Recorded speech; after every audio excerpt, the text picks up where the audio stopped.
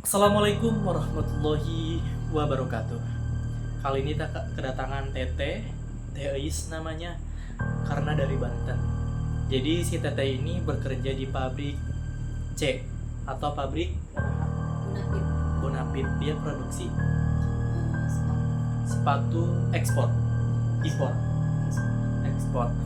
Jadi kita akan menceritakan bagaimana kondisi di tempat kerjanya dan sehoror apa sih tempat kerjaan itu. Baik, ini akan disimak langsung oleh TEIS ini. Jadi tonton terus, jangan lupa like, comment, share, and subscribe video channel ini.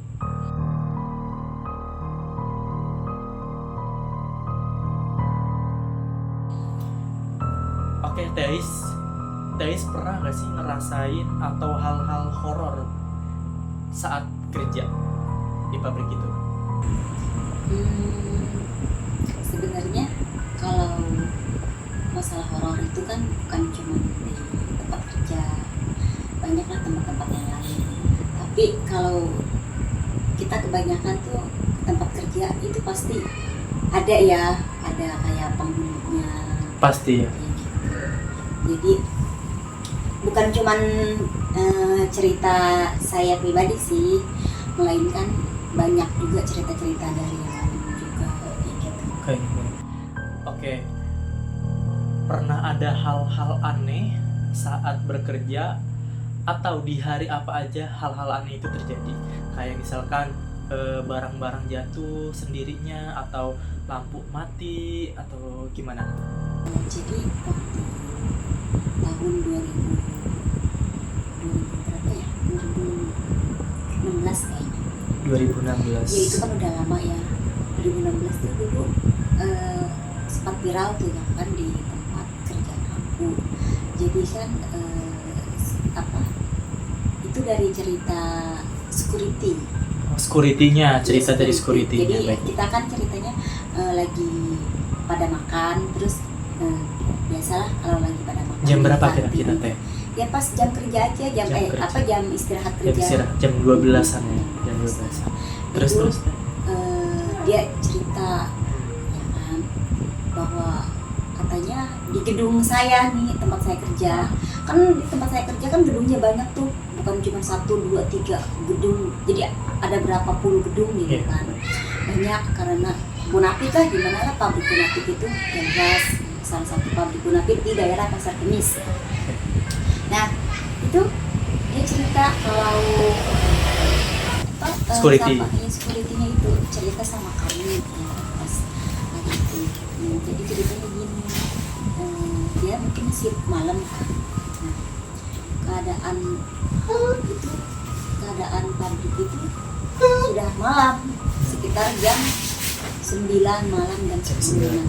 Itu pas dia lagi keliling security-nya. Iya, Biasalah keamanan. kalau mungkin setiap jam berapa ada ininya kan keliling. Nah, itu dia di gedung saya itu ngelihat ada kan, kalau ada, aku kan operator sewing itu jahit. Di situ dia itu melihat satu mesin, kan di setiap mesin itu ada lampunya. Nah, itu lampunya itu nyala, terus ada orang lagi menjahit. Nah, sementara itu kan malam. Ya, dikirain Harusnya sepi lah gitu kan. harus dikirain ada yang lembur. Kira-kira. Tetapi satu mesin itu aja. Jadi Kira-kira apa ya guys ya? Nah, jadi kita lanjut ceritanya. jadi dia itu namanya security lah, dia itu pakai logika kan ya, disamperin terus dari jarak berapa meter, terus dia disamperin ke sini, mesinnya mati dan lampunya pun juga mati.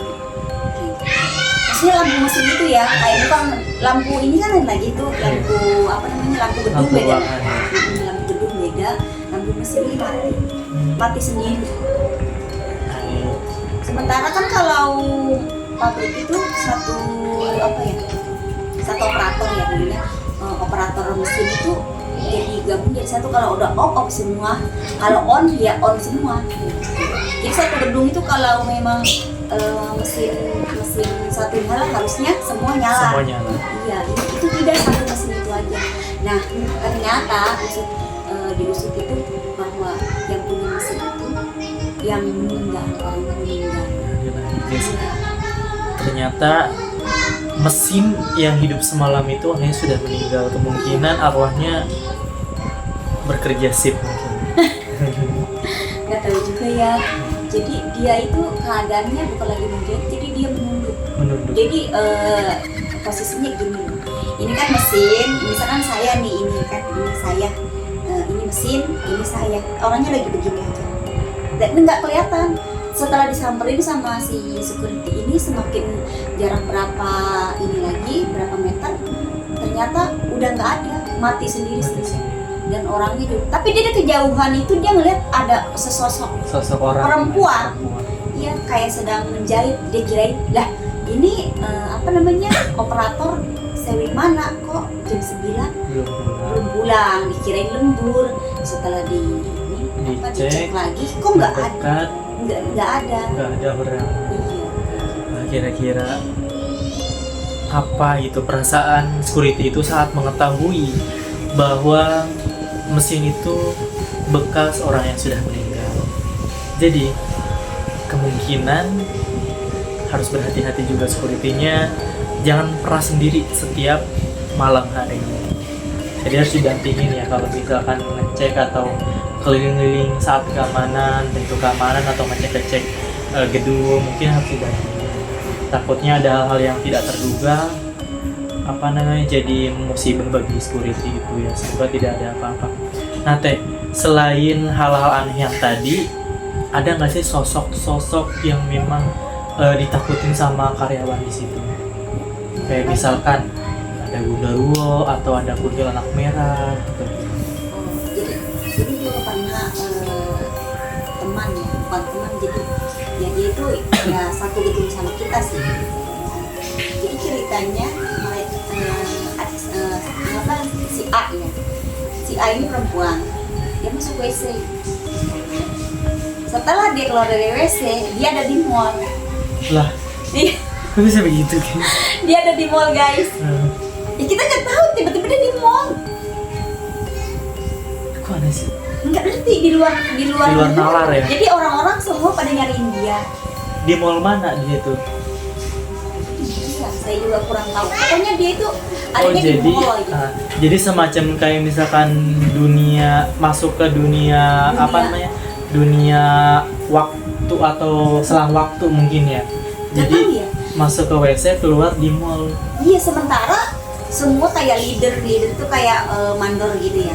Leadernya semua temen-temennya nyariin, kok ini anak pergi ke WC tapi nggak pulang-pulang. Kalau seandainya kita pulang, otomatis kita kalau kita pulang dari pabrik, otomatis kita harus ketemu satpam. Kalau di luar jam kerja, kayak di jam kerja, kita harus kayak izin dari leader, dari satpam pun nggak sembarangan, dan itu kan ada pintu gitu kan. Nggak mungkin langsung kita tiba-tiba langsung pergi dari gedung pabrik, meninggalkan pabrik, terus kita dengan seenak ini misalkan dengan seenak dia gitu maksudnya keluar pabrik gitu kan nggak bisa. Dia kalau seandainya dia di itu pulang kali dia mah gitu kan, langsung di mall, enggak. Jadi gitu guys, kemungkinan si karyawan ini yang cewek ini bisa menembus jarak atau tempat dari satu titik ke tempat lain gitu. Ini hal-hal yang mistis sih guys. Ya siapa tahu kita bakalan ke tempatnya, ada waktu atau memang diperbolehkan kita ke sana. Pengen tahu WC-nya tuh kayak apa, bisa apa di sana. Lanjut Teh, apalagi sepengalaman Teteh di sana. Terus pernah juga ada itu kemarin pokoknya tahun ini ya, maksudnya masih awal tahun kemarin. Jadi kan satu gedung itu ada terdiri dari 4 lane ya, kayak gitu. Jadi tetangga lane aku itu kan dia kesurupan masal. Kesurupan masal itu satu lane itu hampir semua kebanyakan. Jadi kayak kesurupan semua. Kesurupan, kira-kira yang dirasukinnya apa ya Teh?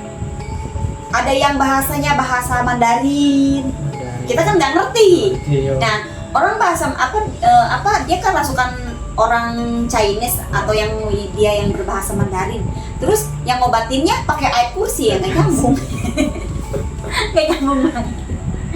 Terus banyak sih ada yang kerasukan kayak jadi macan kayak gitu. Terus ada yang nangis-nangis, teriak-teriak, random. Jadi sepengalaman Teteh itu belum pernah ya nemu-nemu hal-hal atau hal-hal mistis, ketemu sosok-sosok yang memang ditakutin gitu. Banyak di sana kan terkenalnya apa ya, kayak ada macan putih atau apa Putih. gitu. Tapi selama saya 4 tahun kerja di sana, alhamdulillah maksudnya belum pernah Kejadian maksudnya, horor menimpa iya, Teteh gitu. kejadian horor menimpa saya. Tapi kalau seandainya ada yang kesurupan atau apa, itu kayak teman saya di samping saya ada langsung pingsan kesurupan ada. Terus di lain saya juga ada tiba-tiba naik tangga dia turun kesurupan kayak gitu. Iya, masih kesurupan aja sih. Tapi emang gedung saya itu terkenalnya angker, soalnya kalau itu kan gedungnya gedung baru ya, dulu itu nggak kepake gitu. Pernah dengar nggak sih ada korban pembunuhan di situ atau emang mayat dibuang di situ? Ada sering. Sering Iya, terus ada yang bunuh diri juga. Jadi gantung diri banget itu di situ. tempat-tempat begitu. Tapi dulu saya juga pernah ceritanya kan, tapi bukan di daerah gedung saya. Saya kan mau pulang. Kebetulan pabrik saya kan lebar, luas banget gitu kan. Lebar, luas, udah luas banget. Nah, dari gedung saya ini mau ke gedung N, saya kan gedung S, ke gedung N itu kan jaraknya lumayan berapa kilo. Nah, kebetulan itu cuacanya habis hujan, ya kan. Kita mau pulang rombongan loh padahal itu. Nah, itu kita habis pulang lembur, 5:30 padahal masih sore. Pas mau maghrib-maghrib lah pokoknya. Iya, kayak ada yang apa, ngeram.